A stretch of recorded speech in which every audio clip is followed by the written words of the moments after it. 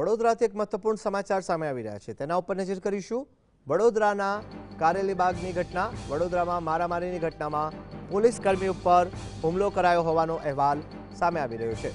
કારેલીબાગ જીવન Bharati school પાસેનો video social મીડિયામાં viral થઈ રહ્યો છે, જેને લઈને વાત કરવામાં આવે તો સ્થળ પર પહોંચેલી પોલીસ પર પેવર બ્લોક દ્વારા હુમલો કરાયો હોવાનો વાત સામે આવી। વડોદરાના કારેલીબાગ વિસ્તારમાં કાયદો અને વ્યવસ્થાના ધજાગરા ઉડ્યા છે।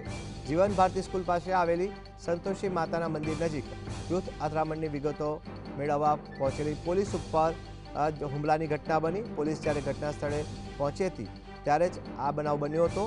તો કે મામલો તાળે પાડવા ગયેલી પોલીસ જવાન જે હતા તેમના ઉપર એક મહિલા અને પુરુષે પેવર બ્લોક વડે હુમલો કરી દીધો હતો।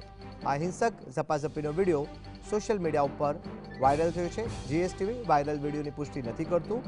ફરજ પરના કર્મચારી પર હુમલો કરનાર શખ્સો સામે કારેલીબાગ પોલીસે ગુનો નોંધી કાયદેસરની કાર્યવાહી હાથ ધરી છે।